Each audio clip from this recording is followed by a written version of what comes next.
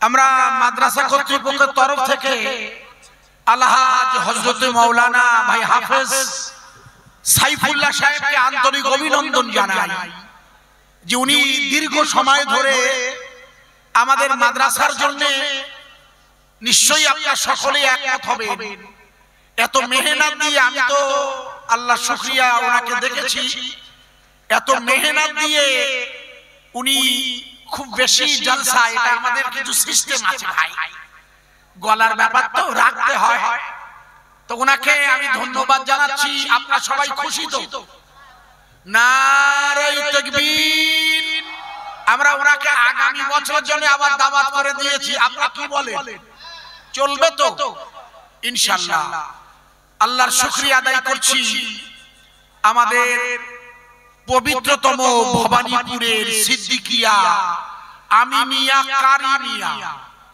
তিনটি নাম আপনাদের চেনা জানা এই তিন নামের ভালোবাসা সিদ্দিকিয়া মানে ফুরফুরার মুজাদ্দিদের জামানের নামের একটি শব্দ আবু বকর সিদ্দিক থেকে সিদ্দিকিয়া বাংলা আসামের শেরে তাজ দাদা হুজুরের প্রিয়তম প্রধান খলিফা আল্লামা হুজুরের নামের সাথে সম্পৃক্ত আমিনিয়া আপনারা নিশ্চয়ই জানেন ইদানিং তো এই নামটা মানে মডেল হয়ে গেছে মানে মাদ্রাসা হলেই এই আমার বসিরহাটের আল্লামা হুজুরের নাম স্মৃতি বিজড়িত সব জায়গায় দেখছেন আপনারা কিন্তু আমরা কতটা প্র্যাকটিক্যালি হুজুরের ভালোবাসি না নিজের জন্য করি সেটা আল্লাহ পাক বেহেতার খোঁজ রাখেন কিন্তু আমরা সবাই জানি এই মাদ্রাসাতে আরো একটি নাম আছে যার কারিমি আইনুল সুফি ফজলুল করিম রাহমাতুল্লাহ আলাইহি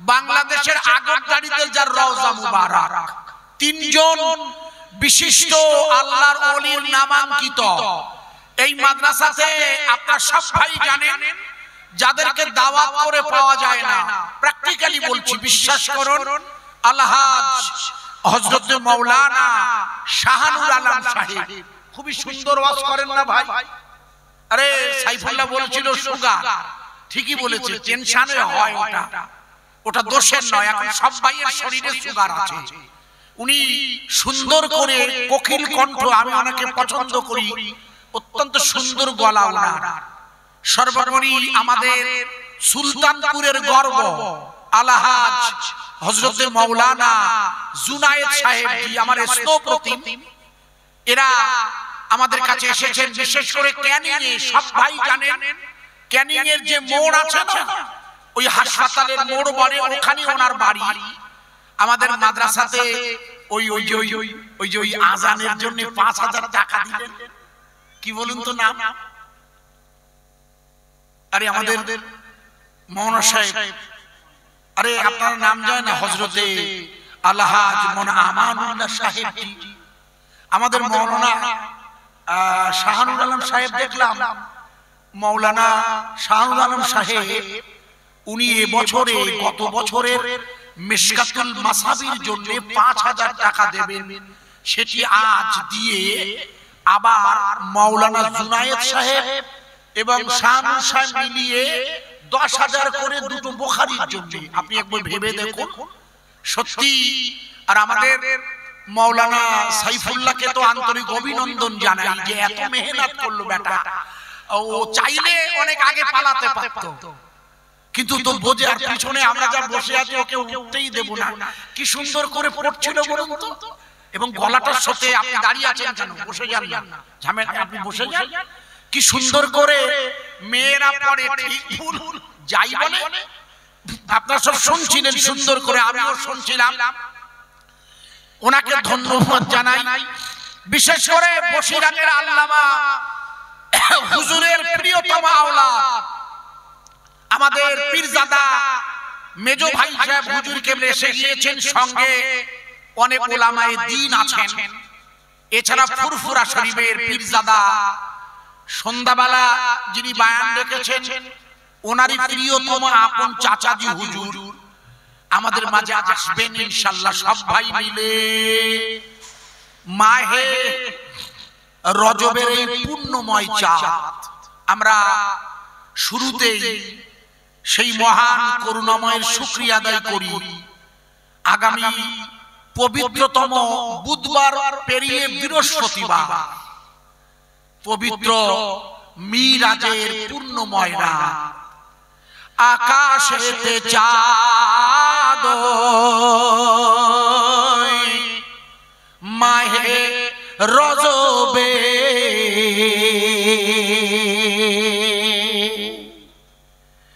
এই চাঁদেতে মিরাজ হবে, কোরআনেতে আছে এই রাতেতে নবীর সাথে খোদার দেখা হয়।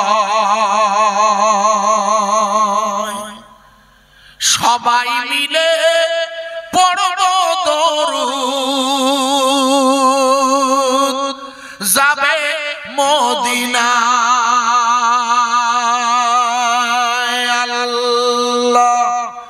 আল্লাহুম্মা সাল্লি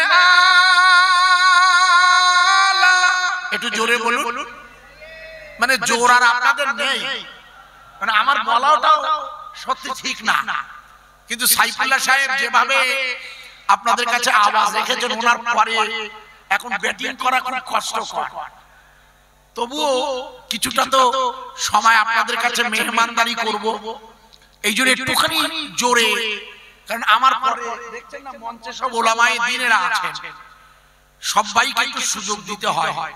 এক সাইফুল্লাহ তো মানে সেঞ্চুরি করেছে একের পরে এক, একের পরে এক, ভালো হয়েছে। সব দিন সব ব্যাটসম্যান ভালো খেলতে পারে না। আমরা মুক্তাসার শরীক হয়ে দুটি নসিহত করছি। আপনারা যারা আছেন গেটের কাছে এই রাতের বেলা একটু যদি বসে যান, যদি বসে যান ভালো হয়, কারণ দেখতে দেখতে রাতের একটি প্রহর আল্লাহ পাকের মঞ্জুর হয়েছে। এই সময়ে আর মিনিট 12 বাকি আছে, দুটো বাজতে, স্বাভাবিকভাবে অনেকটা রাত, তবুও আপনারা এই দিনই মাঝমাঝে আছেন, আপনাদের প্রতি সত্যি আমি কৃতজ্ঞ এই জন্য যে এখনো আপনারা আছেন এবং থাকবেন ইনশাআল্লাহ। আউযু বিল্লাহি মিনাশ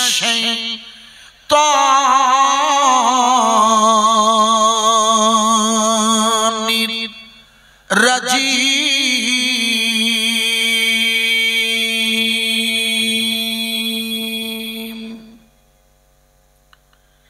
বিসমিল্লাহির রহমানির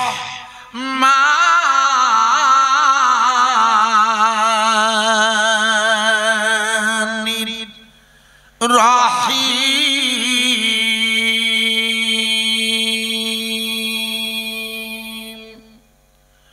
সুবহানাল্লাযী আসরা বিআবদিহি লাইলাম মিনাল masjidil harami ilal masjidil aqsa ila akhiril ayat। সম্মানিত আমন্ত্রিত অসংখ্য নামি দামি উলামা হাজারাত, বিশ্বাস করুন এত পরিমাণ আলেম উলামা এসেছেন। মাওলানা ইয়াকুব সাহেবের মাদ্রাসা ইসলে সবে, যদিও আমি আমার জীবনের প্রথম এসেছি, এর আগে আমি কখনো ইসলে সবে আসিনি, ভবানীপুরে এসেছি। এত পরিমাণ আলেম উলামার ছড়াছড়ি, বিশ্বাস করুন আপনারা, তাদের মধ্যে আমি গুনাহগার এবং আমার পাশে এখনো বসে আছেন অত্যন্ত নামি দামি সকলেই। তবুও আমি কুরআনুল কারীমের সংক্ষিপ্ত করে দুটি নসিহত করব, তারপরে আমাদের সাথীরা যারা আছেন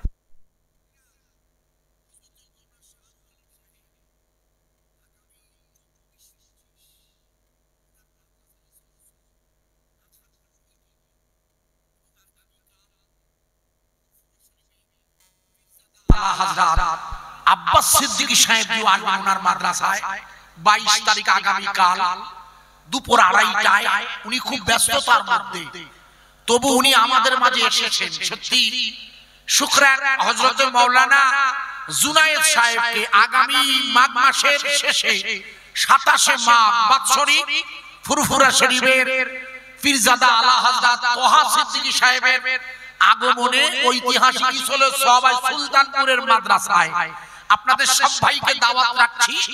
অবশ্যই সুযোগ নেবেন যাওয়ার জন্য। ওনারা নিজেদের মাদ্রাসার জলসার দায়িত্ব সত্ত্বেও আমাদের মাঝে এসে বুখারী শরীফের জন্য সাহায্য করলেন। এটি আমি আল্লাহর কাছে শুকরিয়া আদায় করে খুব সহজ ভাষায় রাতের এই সময় কোরআনুল কারীমের ছোট্ট একটি আয়াত, একটু আগে মাওলানা সাইফুল্লাহ সাহেব আমার স্থপতি বয়সের নজরে কিন্তু বলছিলেন খুব সুন্দর করে, আপনাদের কাছে যেমন বললে শ্রোতা মণ্ডলীর জানটা ঠান্ডা হয়। আমি গুনাহগার, আপনাদের কাছে ওনার সাথে সম্পর্ক রেখে কুরআনুল কারীমের একটা আয়াত এনেছি।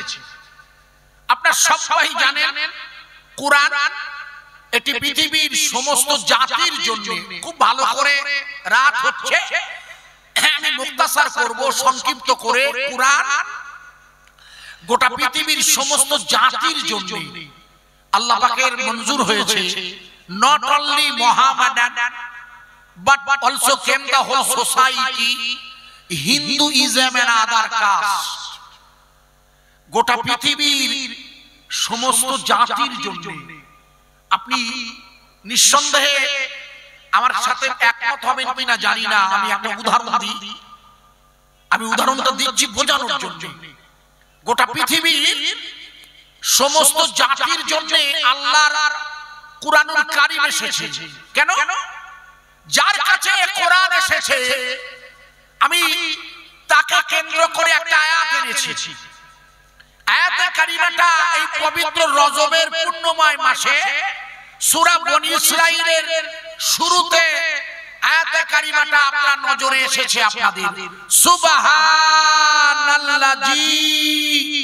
আসরা, প্রশংসা সেই আল্লাহর যিনি তার বান্দাকে ভ্রমণ করালেন। খুব ভালো করে বুঝবেন, প্রশংসা সেই আল্লাহর যিনি তার বান্দাকে ভ্রমণ করালেন।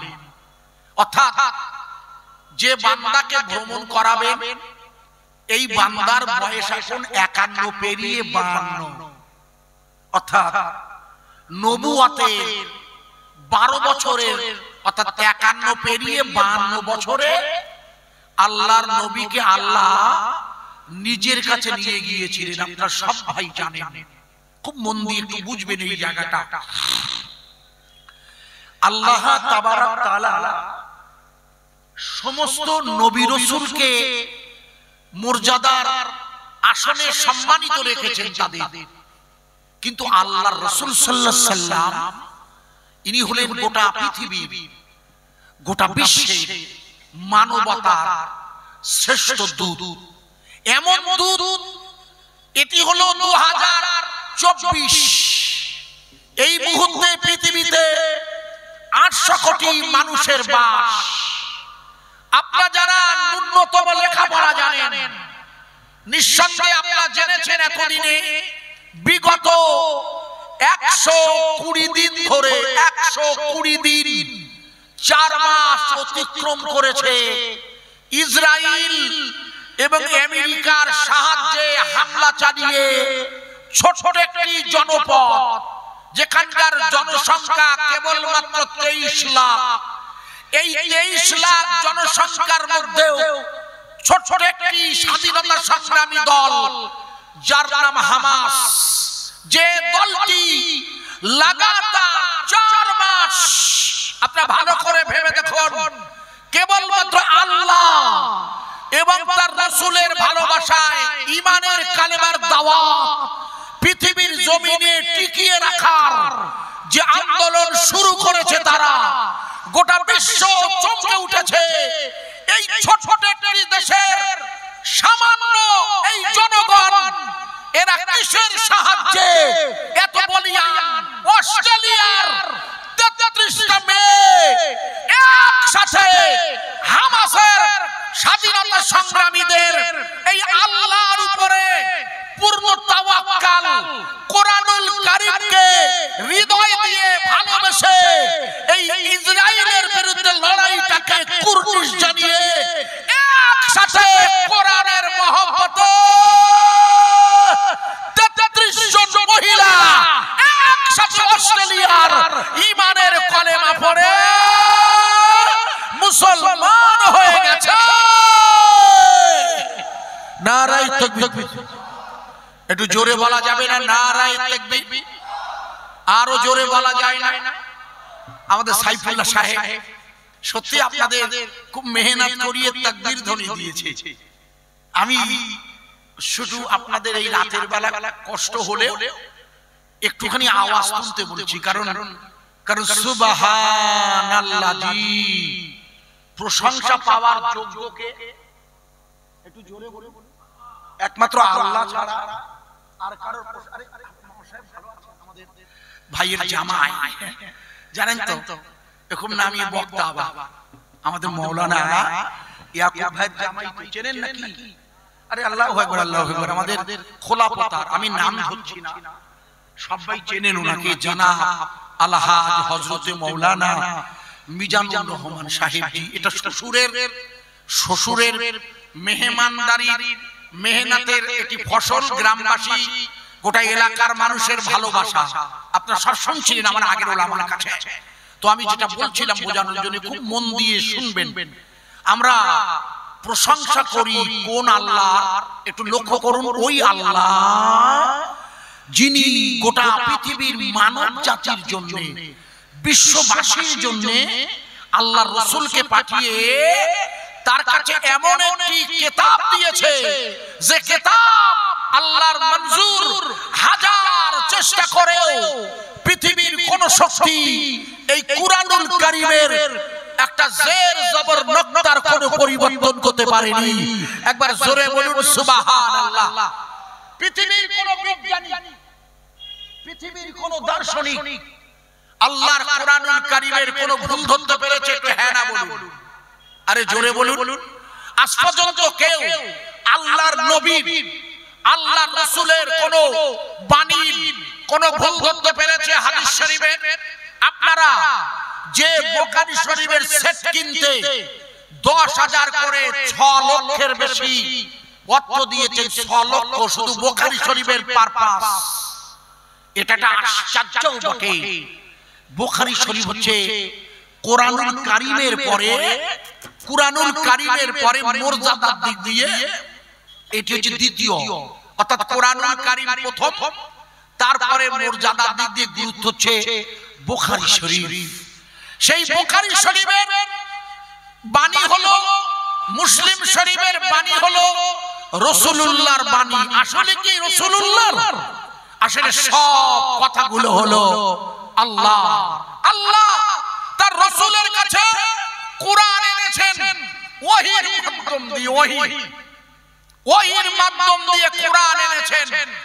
আর রাসূলের কলবে যেটাকে দিয়েছেন সেটার মধ্য দিয়ে রাসূল মুখ দিয়ে যেটা বার করেছে সেটাই হচ্ছে হাদিসে নববী, অর্থাৎ কুরআন এবং হাদিস আসলে দুটোই আল্লাহর।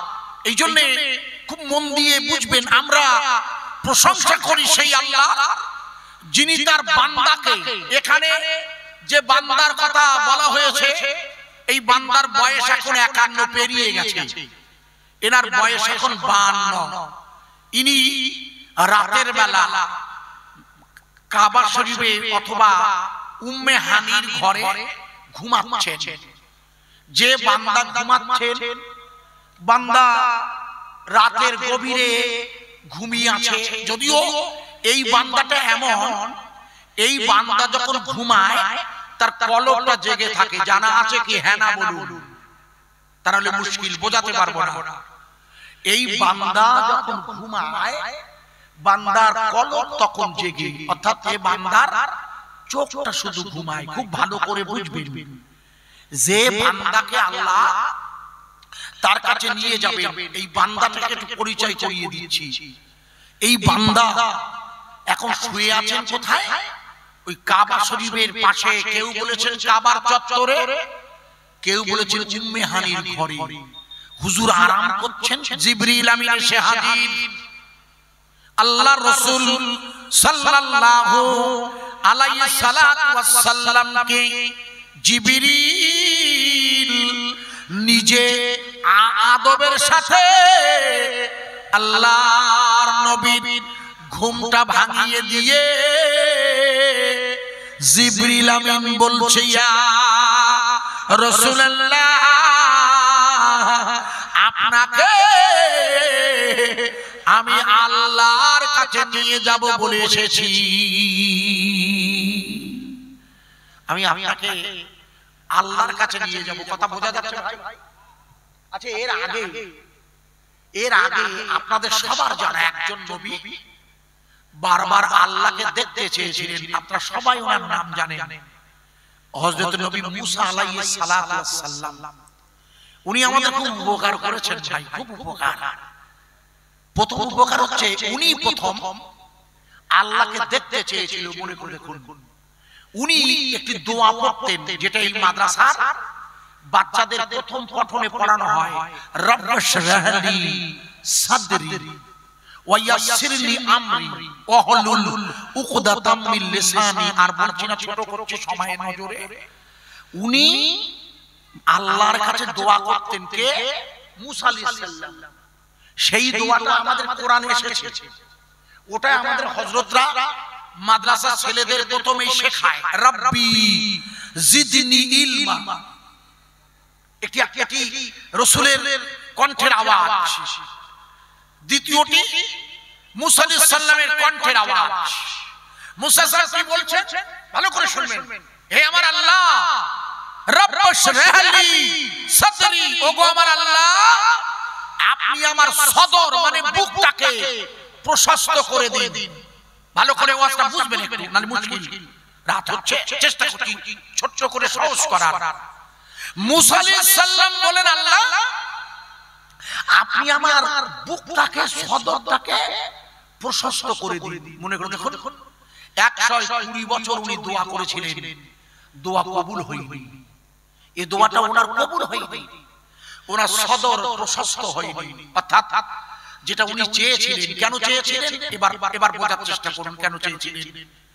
মনে করে দেখুন, আল্লাহর রাসূল সাল্লাল্লাহু আলাইহি যখন কাবা শরীফের চত্বরে অথবা উম্মে হানি উম্মার ঘরে আরাম করছে, জিবরিল ওনাকে ঘুম থেকে উঠিয়ে দিয়ে ওনার বুকটা চিরে ফেলেছিল। মনে করে দেখুন, কোরআনের ভাষা, আলাম নাশরাহ লাকা সাদরা, সূরা ইনশারা।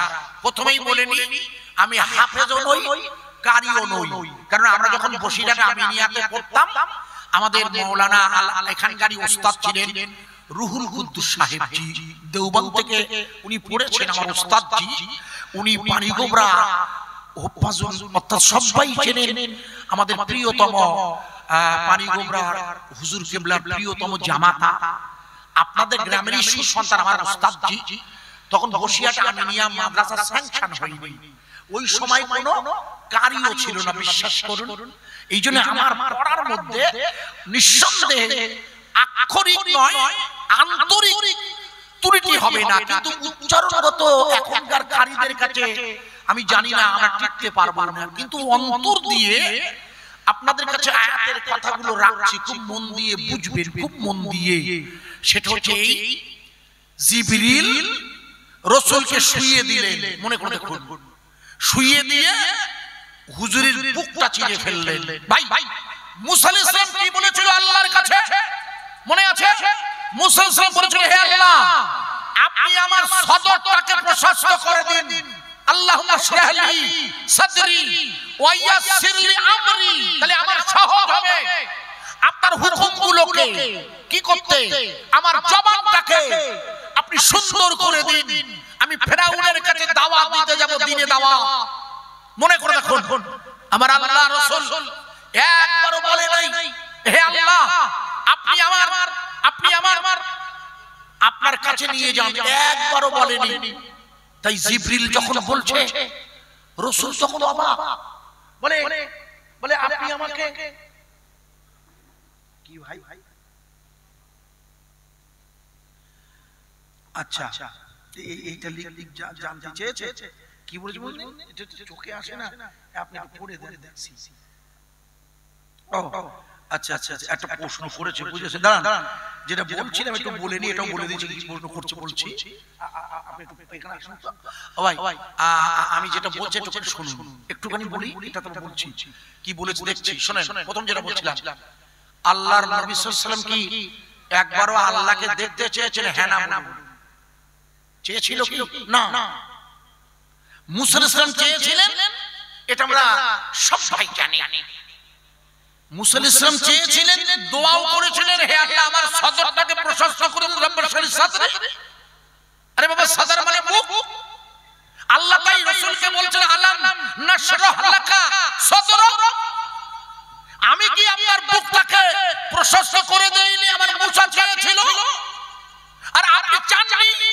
আমি কি আপনাকে চারবার আপনার বুকটাকে সিনা চাক করে প্রশস্ত করে দেইনি? আপনার বুক আপনি ভালো করে মনে করুন, হে রাসূল আলাম নাশরাহ লাকা সদরক, মনে করে দেখুন জিবরিল আল্লাহর নবীর বুকটা চিরে ফেললে আল্লাহর হাবিবের বুকটা চিরে জিবরিল এক টুকরা গোশ বার করলেন। গোশ ইজা মুদগাতান জাসাদান, তোমাদের শরীরে এক টুকরা গোশ আছে, ভালো করে বুঝবেন। রাত হচ্ছে যদিও একটুখানি খেয়াল করুন, আল্লাহ রাসূল বলছে তোমাদের শরীরে এক টুকরা গোশ আছে, খেয়াল করুন। ওই গোশ যদি পাক হয় তাহলে তুমি পাক, ওটা যদি নাপাক হয় তাহলে তুমি নাপাক। আলা ইন্না ওয়াহিয়াল কালব, ওটা হচ্ছে তোমাদের কলব। ভালো করে বুঝবেন, খুব মন দিয়ে বুঝবেন, ওটাই হলো তোমাদের কলব। বাম স্তনের দুধের নিচে বসিরানের আল্লামা শাহেনশাহ হুজুর লিখেছেন, বাম স্তনের দুধের নিচে দু আঙ্গুলের মাথায় এক টুকরা গোশ আছে, যেটা 21 গ্রাম ওজন।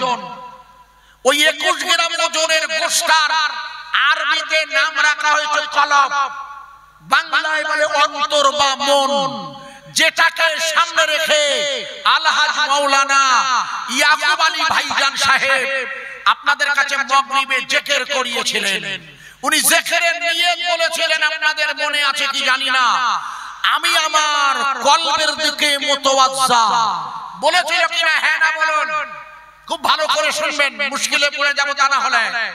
আমি আমার কলবের দিকে মুতাওয়াজ্জা, আমার কলব জনাব পীর সাহেবের কলবের ওসিলায়। কথা বোঝা যাচ্ছে? হ্যাঁ না বলুন। উনি বলেছেন এটা নিয়ত, এটা আমাদের নিয়ত। আমি আমার কলবের দিকে মুতাওয়াজ্জা, আমার কলব জনাব পীর সাহেবের কলবের ওসিলায় আল্লাহ তাআলা আরশে মুআল্লার দিকে মুতাওয়াজ্জা। তার মানে কি? তার মানে হচ্ছে আপনার কলব, আমি আমার কলবের দিকে মুতাওয়াজ্জা, আমার কলব জনাব পীর সাহেবের কলবের ওসিলায়। তার মানে আপনাকে পীর সাহেব লাগবে এখানে। আমার কথা বোঝা যাচ্ছে কি? হ্যাঁ না বলুন। পীর সাহেব লাগবে আপনার কি করতে? আপনার ওই কলবটা, যেটা জেনা করে করে মিথ্যা কথা বলে লোকের জমি ভাগরা করে স্বনির্ভর গোষ্ঠীর নামে লোন নিয়ে সুদের সাথে জড়িয়ে, ভালো করে বুঝবেন, সব রকমের সগীরা নয় কবিরা গুনাহ করে যে কলবটাকে নোংরা করে ময়লা করে ফেলেছেন, সেটাকেই পরিষ্কার করতে হবে। প্রথমেই কোরআনের ভাষা, ফি কুলুবিহিম মারাদুন, তোমাদের কলবটা রোগগ্রস্ত। খুব ভালো করে ওয়াজ বুঝবেন। এই জন্য আমাদের ফুরফুরা সাহেবের দাদা হুজুর কেবলার একটি প্রসিদ্ধ নাত আছে, সব ভাই জানেন, আমি একটুখানি গেয়ে দিচ্ছি। হাসবি রব্বি জাল্লাল্লাহ, এটা জানা আছে কিনা? হ্যাঁ বলুন। জানা আছে?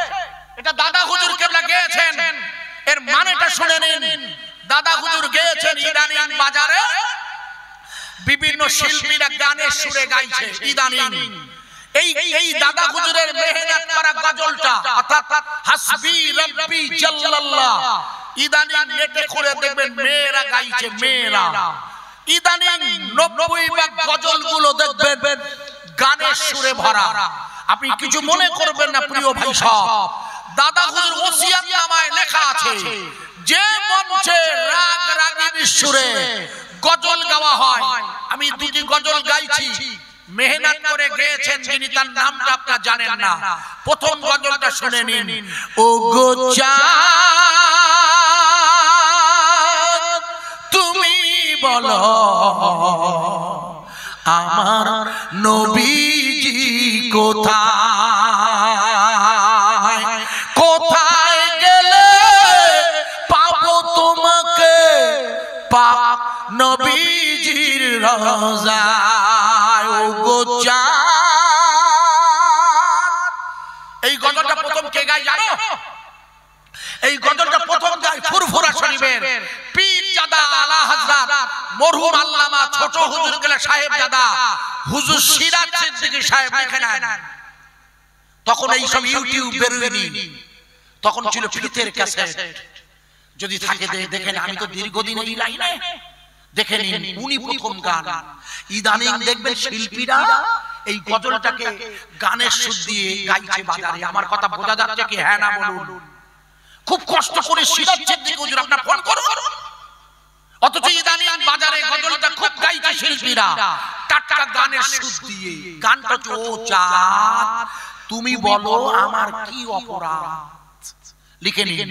2 নম্বর গজল বাজারে বেরিয়েছে, খুব হিট হয়েছে, সেটা সবাই গাইছে, অথচ প্রথম যে গেয়েছে তার নামটাই জানেন না। গজলটি কি? জন্ম নবীর দেশে হলে কেমন হতো, আছে না ভাই?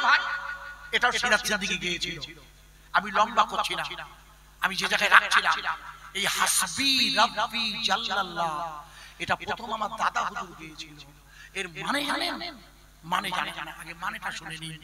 হাসবি রব্বি জাল্লাল্লাহ এর বাংলা মানে হলো সকল প্রশংসা ওই আল্লাহ, যে আল্লাহর ধ্বংস হয় না, যিনি জাল্লে জালালাহু ওয়া আম্মা নাওয়ালাহু।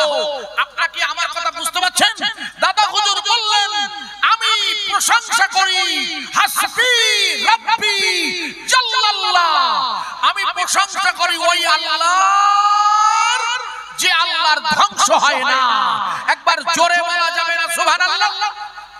আমরা ইবাদত করি কার? আরে চিল্লে বলো কোন আল্লাহ? কোন আল্লাহ? ওই আল্লাহ যে আল্লাহর মরণ হয় না, যে আল্লাহ কুল্লু মান আলাইহা ফান, পৃথিবীতে যা কিছু আছে সব ধ্বংস হবে। ওয়ায়াবকা ওয়াজহু, কেবল টিকবে কে? টিকবে হলো আমার আল্লাহ। তাই আমরা ইবাদত করি ওই আল্লাহ। ভালো করে ওয়াজ বুঝবেন। এই জন্য আপনারা ওই টেনশন করবেন না। কেন? 2024 এর 22 জানুয়ারি রাম মন্দিরের উদ্বোধন হয়েছে। সব ভাই জানেন ওটা মসজিদ, সব ভাই জানেন ওটা কি? ওটা তো মসজিদ।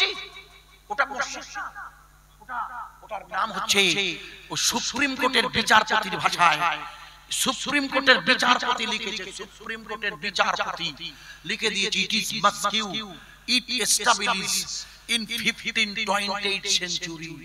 ওটা হলো মসজিদ, 1528 সালে তৈরি হয়েছে। ওটা মসজিদ বলে দিয়েছে সুপ্রিম কোর্ট। আপনি জানেন কি জানি না, যদিও ওখানে রাম মন্দির তৈরি হয়েছে, যদিও তাই আপনারা কিছু মনে করবেন না জানো, কারণ আবার দেখছেন না আর একটা মসজিদ দিয়ে নতুন করে, ওই মসজিদটির নাম হচ্ছে জ্ঞানবাপী মসজিদ। ওটা হচ্ছে বাদশাহ আলমগীর ওরফে জিন্দা পীর, বাদশাহ ঔরঙ্গজেব বলবো না, ঔরঙ্গজেব মানে হাতি, ওটা ইংরেজদের দেওয়া। ওনার নাম আলমগীর, উনি জিন্দা পীর।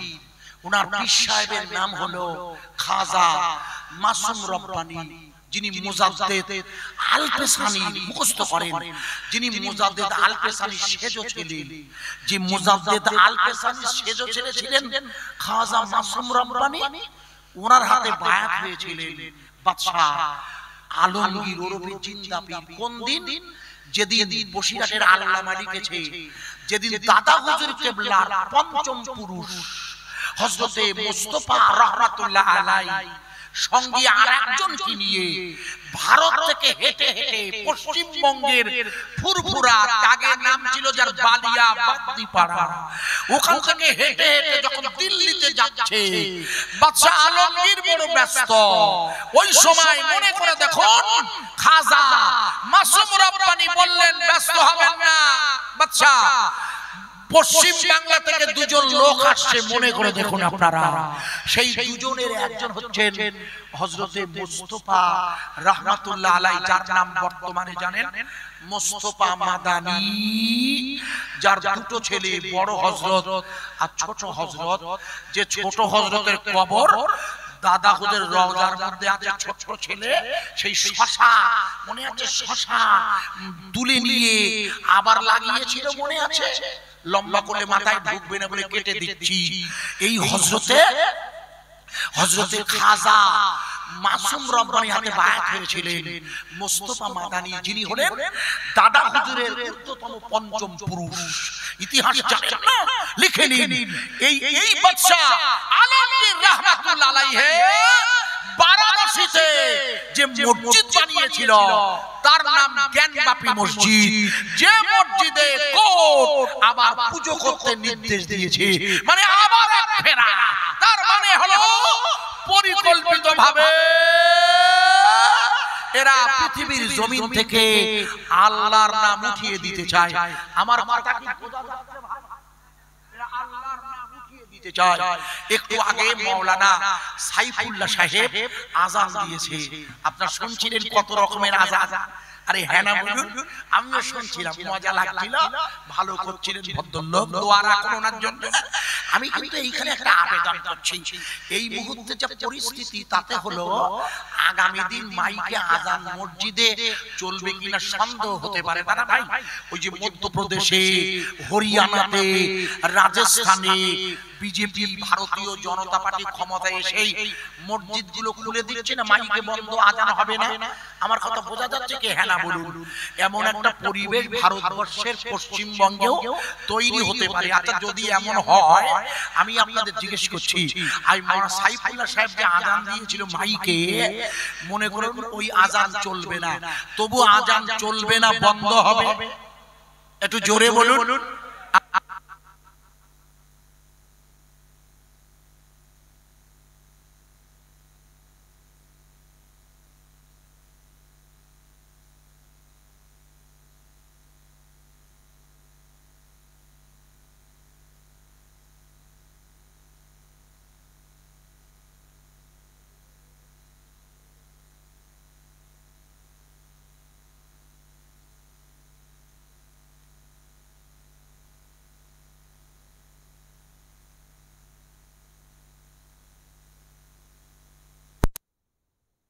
খালি গলায় আপনারা আওয়াজ দেবেন, আল্লাহু আকবার। পিছন দিকের ভাই, ওখান থেকে আওয়াজ গেছে কি? আমার খালি গলার আওয়াজ আপনাদের মাদ্রাসায় পৌঁছেছে কি? আরে হ্যাঁ না বলুন। এই আওয়াজ চলবে না, বন্ধ হবে? আরে চিল্লে বল, আরো জোরে বলুন। জমিনের মালিক কে? রুজি রোজগারের মালিক কে? এখানে বসিয়ে রেখে কে? এই কোরআনিয়া মাদ্রাসা কার? পৃথিবীর কোন শক্তির ক্ষমতা নেই এই মাদ্রাসা সিদ্দিকিয়া, আমিনিয়া, কারিমিয়া চলবে না, বন্ধ হবে? আরে চিল্লে বল, আরো জোরে। নারায়ে তাকবীর। আরে তুই জোরে হবে না ভাই। আমি আবার বাড়িতে ফিরে এসেছি কেন?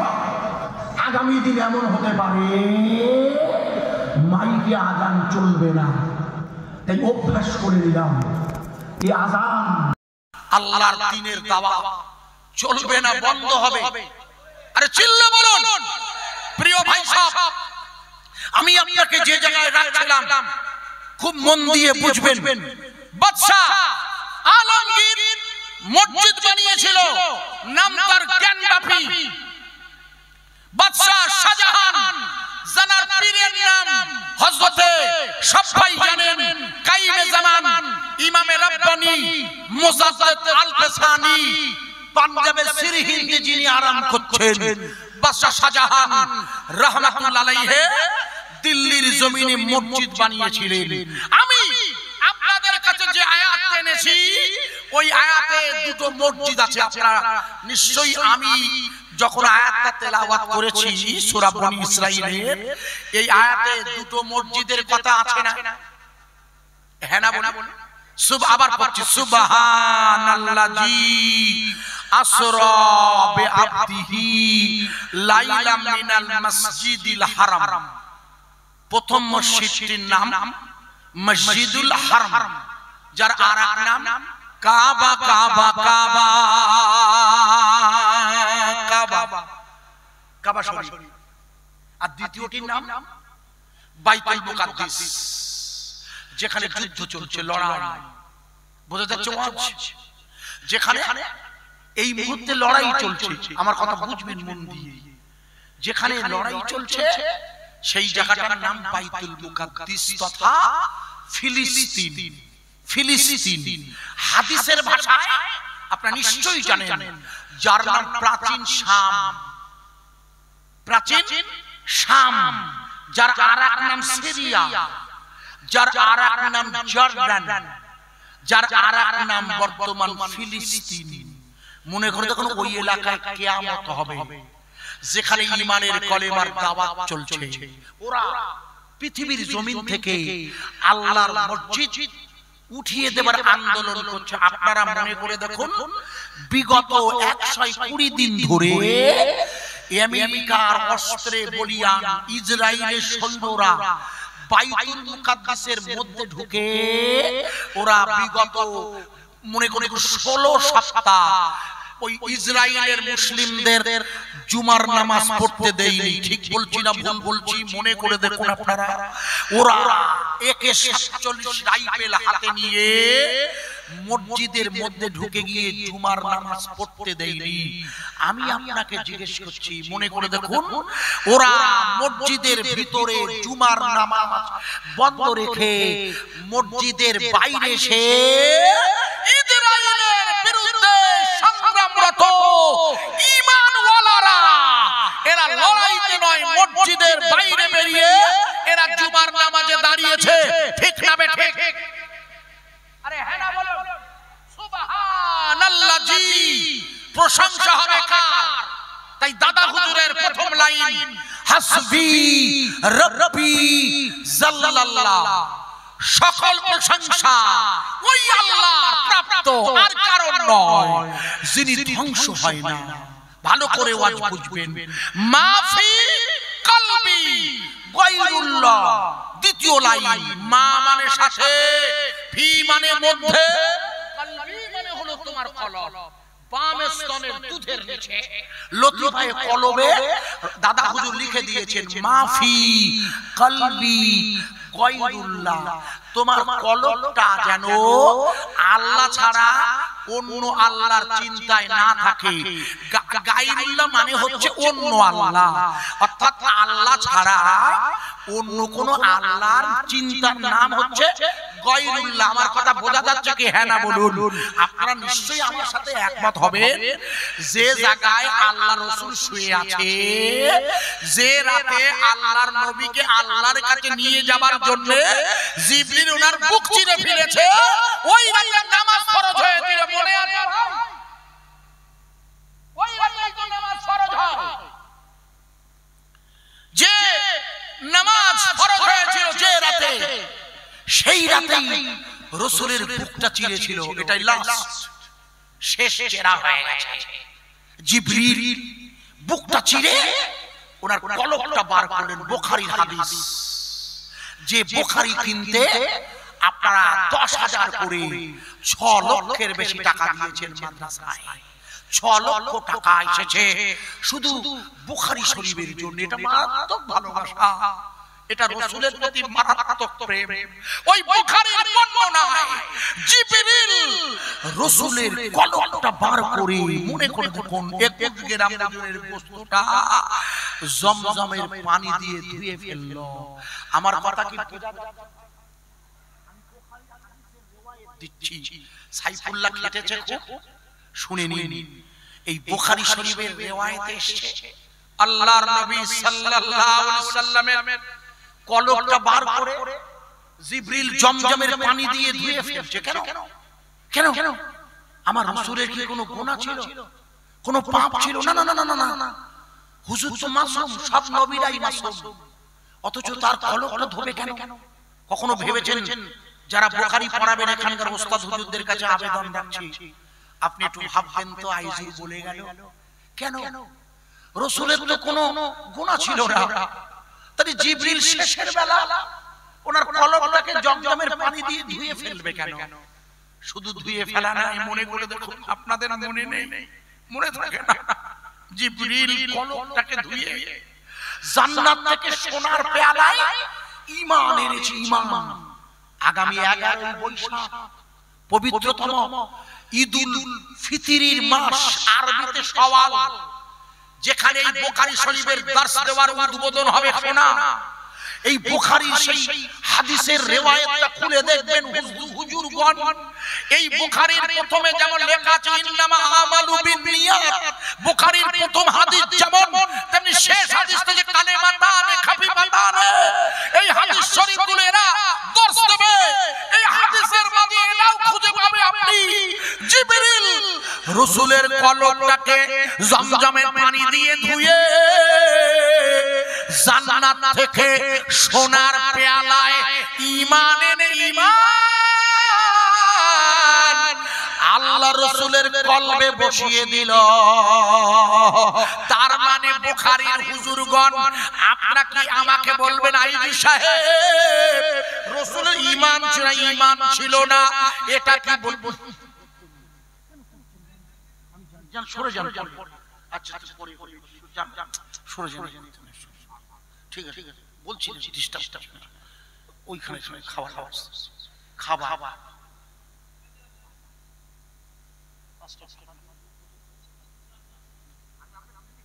ঠিক আছে, ডিস্টার্ব করবেন না, না দিন, দাঁড়ান, বলবেন, হ্যাঁ হ্যাঁ,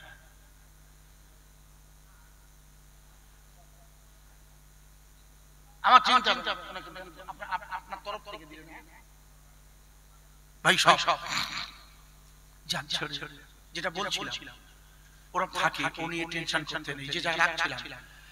তাই রাসূল পাক সাল্লাল্লাহু আলাইহি ওয়াসাল্লামের কলবে ঈমান ঢোকালেন। ভালো করে শুনবেন, তার মানে কি এই 12 বছর হয়ে গেছে রাসূল নবী হয়েছেন, ওদের ঈমান ছিল না? আমার কথা বোঝাচ্ছে? হ্যাঁ না, খালি জিবরিল আবার ঈমান ঢোকাবে কেন? কখনো ভেবেছেন আপনারা কি? কখনো ভাবেন না? উফ, আমার খুব ব্যথা লাগে যে জিবরিল আমিন রাসূলের কলবে আবার ঈমান ঢোকাবে। কিসের ঈমান? আল্লাহ কোরআনে বলছে ইয়া আইয়ুহাল্লাযিনা আমানু আমানু বিল্লাহ, এই ঈমান ওয়ালারা তোমরা আল্লাহর উপর ঈমান আনো। কি আশ্চর্য কথা! রাসূলিহি, আপনারা কখনো ভাবেন যে কোরআনের দর্শ হচ্ছে এখানে, যে কোরআনের ছেলেরা পাগড়ি পাবে, হাদিস পড়বে, পাগড়ি পাবে সামনের বছর, আপনি একবারও ভাববেন না এটা যে রাসূল পাক সাল্লাল্লাহু আলাইহি ওয়াসাল্লামের কোনো গুনাহ নেই? সোনার নবী তার কলবটা ধুয়ে ফেললে কেন? তার কলবে পর ঈমান ঢোকাচ্ছে কেন? রাসূল তো ঈমানদার রাসূল, উনি তো ঈমানের দাওয়াত দিয়েছে, 12 বছর হয়েছে, কথা বোঝা যাচ্ছে কি? তাই কোন ঈমান ঢোকালো? আসলে আপনাদের জানা নেই বলে এবার জানিয়ে দিচ্ছি। রাসূলের কলবে যে ঈমান ঢোকালো জিবরিল, ওই ঈমান দিয়ে আল্লাহকে দেখা যাবে। তাই হযরত মুসা আলাইহিস সালাম আল্লাহকে মুসা নবী বলেছিল আল্লাহ আমার সদরটাকে প্রশস্ত করে দেন। মনে আছে বলেছিলাম? আপনি ভুলে গেলে মুশকিল। যে চোখে আল্লাহকে দেখবে রাসূলুল্লাহ, সেই চোখ কলবের চোখ, ওখানে ঈমান দিয়ে দেওয়া হলো আল্লাহকে দেখার ঈমান।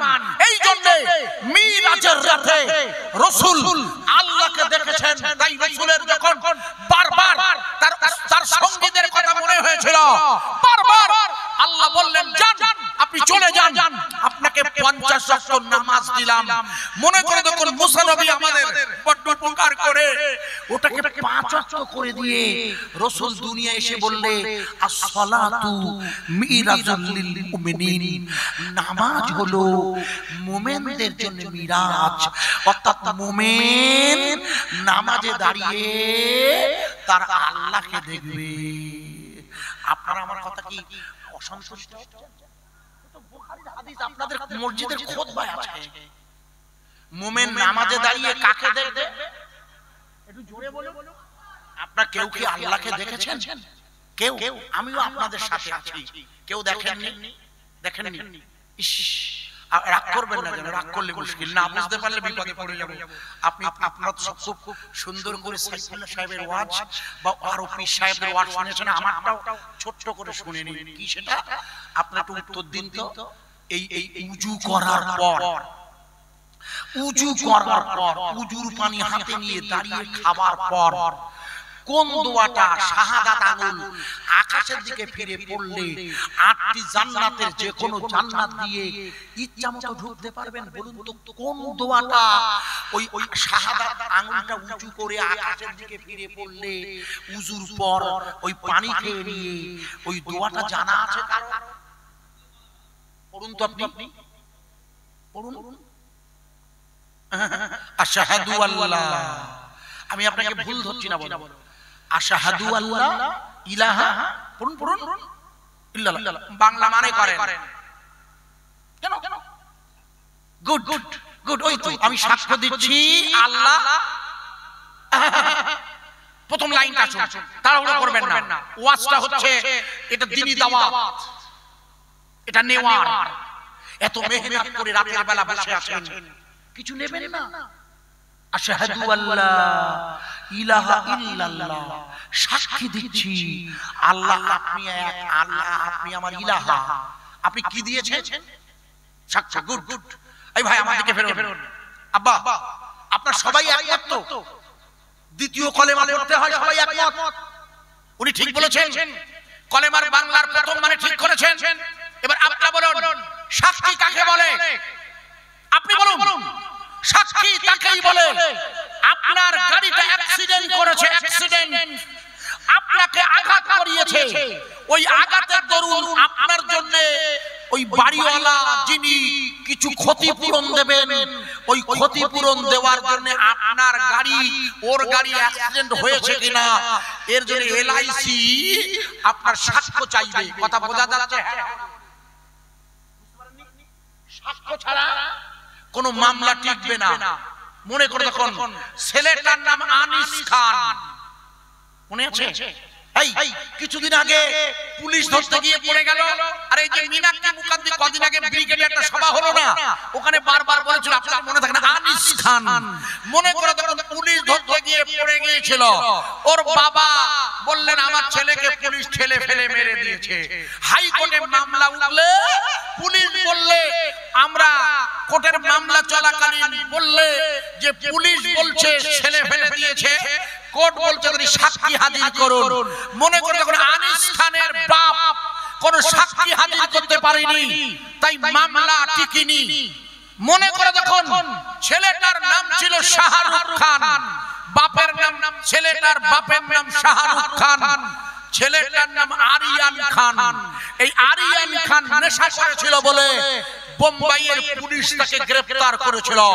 আপনারা মনে করে দেখুন, আরিয়ান খানকে যখন কোর্টে তোলা হয়েছিল, শাহরুখ খানের ছেলে, কোটি কোটি টাকার মালিকের ছেলে, পুলিশ বলছে মামলা চলছে যখন, উকিল বলছে স্যার আমার মক্কেল নেশা করেছে, তার প্রমাণ কি?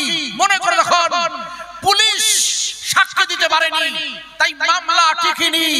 অথচ আপনি আমি সাক্ষী দিচ্ছি আশহাদু আল্লাহ ইলাহা ইল্লাল্লাহু ওয়াহদাহু লা শারীকা লা, সাক্ষী দিয়েছেন, দিচ্ছেন, তা আল্লাহকে দেখেননি, কত সাক্ষী দিচ্ছেন, মিথ্যা সাক্ষী।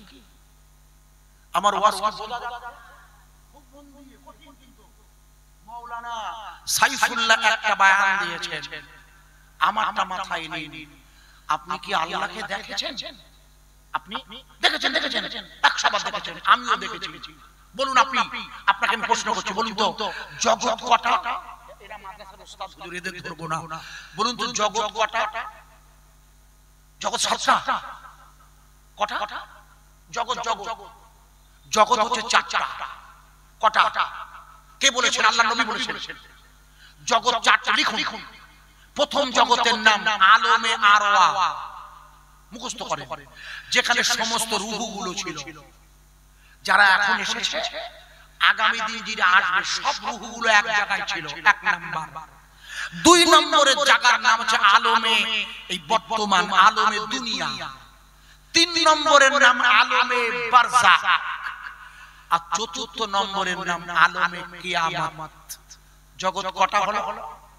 প্রথম জগতের নাম আলমে আরওয়া, রূহানি জগৎ। ওই রূহানি জগতে আমাকে, মোদিকে, মমতা ব্যানার্জিকে, সব রূহগুলোকে আল্লাহ এক জায়গায় করে জিজ্ঞেস করেছিল, আলাস্তু বিরাব্বিকুম, আমি কি তোমাদের প্রভু নই? আমার কথা বোঝা যাচ্ছে? বলেছিল না? হ্যাঁ না বলুন, আপনার মনে নেই?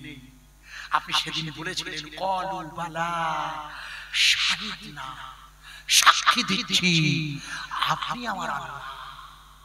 সেদিন বলেছিলেন ভাইয়া। কোন জগতে? সেটা ওই রূহানি জগৎটা কোথায়? ওই রূহটা কোথায়? আমার এই দুধের নিচের এই জায়গায় বসিয়াটের আল্লাহ মালিকে দিয়েছে। বাম স্তনের দুধের নিচে লতিফায়ে কলব, আর ওই বরাবর লতিফায়ে রূহ, রূহ লতিফা। আমার কথা বোঝা যাচ্ছে কি? ইয়াস আলুনাকা আনির রূহ। লম্বা ওয়াজ, সময় নেই, আমার হক ফাঁকি দেওয়া হয়ে যাবে। অসংখ্য আলেম ওলামা এসেছেন, শুধু এইটুকুই বলছি, সেদিন আমরা আল্লাহকে দেখেছিলাম রূহানি জগতে, যে জগতে আমাদের ফিরে যেতে হবে আবার এই দুনিয়ার জগৎ থেকে। যে জগতে প্রথম পা রাখবেন, 3 নম্বর নাম তার আলমে বারজাখ। এই আলমে বারজাখে প্রথম প্রশ্ন হবে মান রাব্বুকা। তখন আপনার জবান বলবে না। কেন? জবান এটা তো নফস, এটা তো বডি। ইজা জা আজালহুম লা ইস্তাখিরুনা সাআতাও ওয়ালা ইস্তাকদিমুন। আজরাইল এসেছে, আজিজুরের রূহটা বেরিয়ে গেছে, আজিজুরের বডিটা ইটিন্ডায় পড়ে আছে। রূহটা নিয়ে গেছে কখন? আসরের সময়। বোঝানোর জন্য বলছি, জানাজা হবে পরের দিন জোহরের বাদ। এতক্ষণ রূহটা থাকবে কোথায়? যে জায়গায় থাকবে ওর নাম ইল্লিন অথবা সিজ্জিন। আপনি জানেন না হযরত? হাদিস শরীফ পড়াবেন আপনারা, এই জায়গাটা জানা নেই? যখন কোনো মানুষ মারা যায়, আপনি জানেন না? যখন কেউ মারা যাবে, তার মাথার কাছে আজাজিল তথা ইবলিস আসবে। ইবলিস জানা আছে? আরে আশ্চর্য জায়গায় ওয়াজ করছি। আজাজিল আসবে, ইবলিস জান্নাম, আর আরেক দিকে বসে থাকবে রাসূলুল্লাহ। জানেন না? ইস, পার কাছে বসে থাকবে দুজন সাদা পোশাক পরা ফেরেশতা। এই কোথায় ওয়াজ করছি? আর একটু দূরে বসে থাকবে দুজন কালো পোশাক পরা ফেরেশতা। জানেন না? এবার এসে আজরাইল জান কবজ করবে। দুই রকম ভাবে ঈমানদারের জান কলসির মধ্যে পানি থাকলে ভরা, যেমন বার হয় তেমন আরামে, তাহলে ওই ঈমানদারের জান খেচে টানবে। কারণ আজাজিল আপনার মাথার কাছে বলছে বল বল, তুই আমাকে আল্লাহ বল, আল্লাহ বল। যেহেতু ওই সময় আপনার জবান বন্ধ হয়ে যাবে, আপনার জবান চলবে না। জবান চলছে না আপনার, ওই সময় আপনার শরীরের ওই কোষ, কলব, রূহ, সের, খফি, আকফা, আব, আতাশ, বাত, খাক, এই গোটা বডি আজরাইল যখন জান কবজ করতে আসবে, তখন আপনার নফসের ভিতরের লতিফাগুলো, অত্তিন, আজ-জাইতুন, ওয়াতুর সিনিন, ওয়া হাযাল বালাদিল আমিন লাকাদ খালাকনাল ইনসানা ফি আহসানি তাকওয়িম। আমি মানুষকে বানিয়েছি উত্তম অবয়বে। উত্তম অবয়ব কি সেটা? কলব, রূহ, সের, খফি, আকফা, সুম্মা রাদাদনাহু আসফালা সাফিলিন। অতঃপর তাকে আমি হীন থেকে হীনমন্যতায় নিয়ে গেছি। তার নাম আব, আতাশ, বাদ, খাক, একসাথে বলে নফস। ভালো করে শুনে রাখেন, এই 10টাই হলো আমাদের শরীরের লতিফা। একটি হেডমাস্টার নাম তার কলব, একটি বিরোধী গুরু নাম তার নফস। এই নফসের 3টি ভাগ, একটির নাম আম্মারা, একটির নাম লাওয়ামা, একটির নাম মুতমাইন্না মুলহিমা। আমি লম্বা করছি না, কোরআনটা ভালো করে তাফসীর করে দেখবেন আপনারা। আপনার গোটা বডির মধ্যে সুম্মা রাদাদনাহু আসফালা সাফিলিন, একদিকে যেমন উত্তম নূরানি 5টি লতিফা দিয়ে দিয়েছে আল্লাহ, তাই আল্লাহ বলেছেন লাকাদ খালাকনাল ইনসানা ফি আহসানি তাকওয়িম। আমি সুন্দর করে মানুষকে বানিয়েছি। কোন সুন্দর? খালি খোড়া হবে কেন, কানা হবে কেন, পাগল হবে কেন, বাচ্চা এখান থেকে কাটা গন্না হবে কেন? যদি মানুষ সুন্দর অবয়ব হয়, ওই সুন্দরতার ভিতরে লতিফা। এই জন্য জিবরিল, ভালো করে শুনে নিন ওস্তাদ হুজুরগণ, বুখারী পড়াবেন আপনারা। জিবরিল যেদিন প্রথম কোরআন আনলেন, ইকরা বিসমি রাব্বিকাল্লাযী খালাক, রাসূল বলেছিল সূরা আলাকের 5টা আয়াত। হুজুর বলেছিল আমি পড়তে পারি না। মনে করে দেখুন, হুজুর বলেছিল আমি পড়তে পারি না। বলেছিল না, বলেনি? হ্যাঁ না বলুন আপনারা।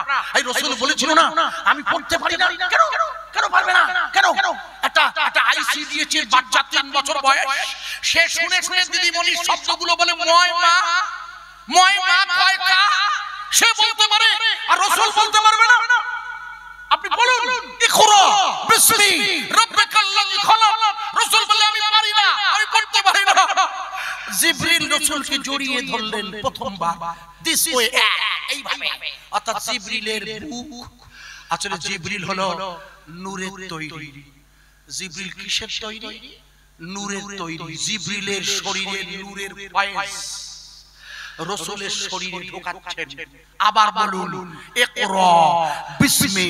হুজুর বলল পড়তে পারি না, আবার পড়ুন, পড়ল না। 3 বারের বার জিবরিল জড়িয়ে ধরার পর, আপনারা তো হাদিস পড়াবেন হুজুর, কিছু মনে করবেন না যেন আপনি তো হাদিস পড়াবেন বুখারী। জিবরিল রাসূলকে জড়িয়ে ধরে বুকের মধ্যে কি দিল, যেটা একটু আগে যে রাসূল বলল পড়তে পারি না, সেই রাসূল জিবরিল জড়িয়ে ধরার পর, জিবরিল জড়িয়ে ধরার পর সেই রাসূল পড়তে পেরেছিল ইকরা বিসমি রাব্বিকাল্লাযী খালাক, খালাকাল ইনসানা মিন আলাক। কোন রাসূল পড়েছিল? যে রাসূল একটু আগে পড়তে পারতো না।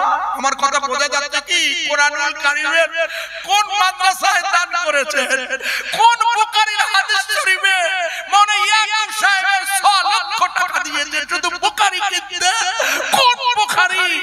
বসিরহাটের আল্লামা লিখে দিয়েছে, যার নামে এই মাদ্রাসা সিদ্দিকিয়া, আমিনিয়া আর কারিমিয়া, 3 জন আল্লাহর ওলি। প্রথম জন আল্লামা, সকলেই চেনেন, ওনার নাম জানেন না, সুফি ফজলুল করিম রাহমাতুল্লাহ আলাইহি।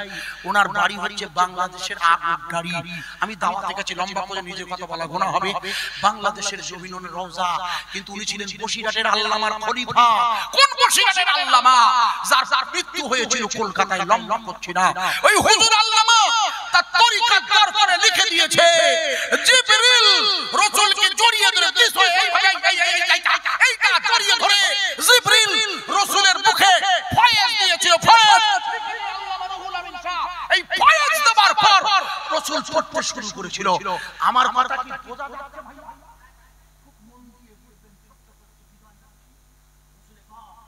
সাল্লাল্লাহু আলাইহি ওয়াসাল্লামের ওই কলবে জিবরিল ঢুকিয়ে দিয়েছিলেন। কি দিয়েছিলেন? ওই নূর, যে নূর দিয়ে আল্লাহকে দেখা যায়। তাই নামাজি যখন নামাজে দাঁড়াবে, আল্লাহকে দেখবে। মান রাইনা, বুখারীর হাদিস। যখন কোন ব্যক্তি, এটা হাদিসে জিবরিল বলে, খোকা, যখন কোন ব্যক্তি নামাজে দাঁড়াবে সে যেন মনে করে আমি আমার আল্লাহকে দেখছি। আপনাদের মনে নেই সেদিন ছিল শুক্রবার, ইমাম হুসাইন রাদিয়াল্লাহু আনহু নিজের সৎ মামা মনে করে সীমার জিল জাওশানকে বলে, মামা তুমি আমাকে দুটো রাকাত নামাজ পড়তে দাও না, জুমার নামাজ। মনে করে তখন সীমার বলেছিল, ভাগনা তুমি ইয়াজিদকে নেতা বলে মেনে নেওনি, আমি তোমাকে কিন্তু নামাজ পড়তে দেব না, মসজিদে নিয়ে জুমা তুমি দুই রাকাত যোহরের কসর করতে পারো, যোহরের কসর। তাই উনি যোহরের কসর করেছিল কারবালার মাঠে 10ই মুহররম শুক্রবার। মনে করে দেখুন ইমাম হোসেন যখন কসরের নামাজে দাঁড়িয়েছে, সীমার বাহিনী এত পরিমাণ তীর মেরেছিল, একটাও তীর নামাজি হুসাইনের গায়ে লাগে না। একবার জোরে বলা যাবে না? আপনাকে একটু আগে মাওলানা সাইফুল্লাহ হযরতে আলী কারমাল্লাহু ওয়াজহুর ওই সেই লোহা দরজা টেনে এনে যুদ্ধের ইতিহাস শোনাচ্ছিল, মনে আছে খোকা? কিচ্ছু মনে থাকে না, মনে আছে একটু আগে বলছিল হযরতে সাইফুল্লাহ হাতে করে ওই ধরিয়ে নিয়ে সেই দরজাটা পরের দিন তুলতে পারেনি বলছিল না? হযরতে আলী কারমাল্লাহু ওয়াজহুর পায়ে তীর বেঁধেছে, তীর। সাহাবারা তীরটা টানতে গেল, তুলতে গেল, রাসূল বললেন এখন তুলতে পারবে না, ওই তীর আলীর গা থেকে তোলা যাবে না। আলী যখন নামাজে দাঁড়াবে, হযরত আলী কাররামাল্লাহু ওয়াজহু লিখেছেন, আমি ওই আল্লাহর ইবাদত করি না যে আল্লাহকে দেখি না। তাই রাসূল বললে আমার আলী যখন নামাজে দাঁড়াবে তখন ওর পা থেকে তীরটা তুলবে। মাদ্রাসা সিদ্দিকিয়া আমিনিয়া কারিমিয়ার দায়িত্ব হলো আলহাজ মাওলানা ইয়াকুব সাহেব ভাইয়ের দায়িত্ব হচ্ছে এই ছেলেগুলোকে এমন ঈমানের নামাজি বানানো, তারা যেন আল্লাহর নামাজে আল্লাহ উপলব্ধ করে সুবহানা রাব্বিয়াল আলা বলে, অথবা ওই নিম্ন স্তরের নামাজ আল্লাহ আমায় দেখছে ওইটাই হয়ে যায়।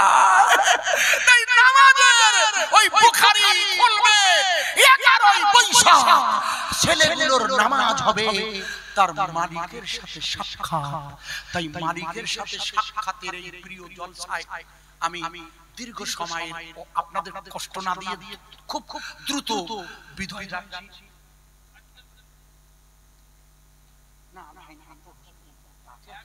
না তা হোক, আল্লাহ চাইলে আবার হবে। 2:03 বেজে গেছে, বুঝলেন, 10 মিনিট বাকি আছে, 3টে আর নয়। আল্লাহ চাইলে আগামী দিন আবার হবে। আমার পরে বাংলাদেশের বা হুজুর এসেছেন বসিয়াটে আল্লামা, সেটা আমাকে, আমি আপনাদের কষ্ট দেব না। আল্লাহ চাইলে আগামী দিন আবার আসা যাবে। এখানে শরীক হওয়াটাই বড় কথা। আমার জন্য এবার আমাদের ভাই বলছেন পরবর্তী হুজুর বলবে, আপনারা আমার জন্য দোয়া করবেন। ছোট্ট করে সাইফুল্লাহ বলেছিল, একটু দোয়া করছি ওর বড় ভাই, অনেকদিন সিনিয়র হিসাবে। আল্লাহুম্মা আমিন। রব্বানা যালামনা আনফুসানা ওয়া ইন লাম তাগফির লানা ওয়া তারহামনা লানাকুনান্না মিনাল খাসিরিন। আয় আল্লাহ, আমি আপনার পাগল আজিজু দীর্ঘ সময় ধরে একটু নসিহত রাখছিলাম। আল্লাহ, আপনি বয়ানটা ঈমানের দাওয়াত যে বুখারী পড়ানো হবে এই মাদ্রাসার, যার জন্য মাওলানা সাইফুল্লাহ এত মেহনত করলেন, সেই মাদ্রাসার বুখারীর শানে কুরআনের যে আয়াত এনে দুটো নসিহত করলাম। আপনি মাওলানা ইয়াকুব ভাইজানের এই পবিত্রতম ভালোবাসা, এই নজরানার মাদ্রাসার ছেলেগুলো এক একজন কারি মিয়া, সুফি ফজলুল করিম আর হবে না, কিন্তু সুফি ফজলুল করিম রহমাতুল্লাহ যে পথে গেছেন সেই পথে যেন এরা যেতে পারে। আল্লাহ, ফুরফুরা দাদা হুজুর সারা জীবন যে পীর মুরিদি করে মুরিদের কলবে ঈমানের নূর ঢুকিয়ে দিয়েছে, এই মাদ্রাসার ছেলেগুলোর কলবে যেন আল্লাহ ঈমানের নূর ঢুকে পড়ে। রব্বানা তাকাব্বাল দুআই বেবারাকাতিন নবী সাল্লাল্লাহু আলাইহি ওয়াসাল্লাম বেহুরমাতে কালিমাতে তাইয়্যিবা লা ইলাহা ইল্লাল্লাহু মুহাম্মাদুর রাসূলুল্লাহ সাল্লাল্লাহু আলাইহি ওয়াসাল্লাম। আসসালামু আলাইকুম ওয়া রাহমাতুল্লাহ বলে দিচ্ছেন বাবাজি পরবর্তী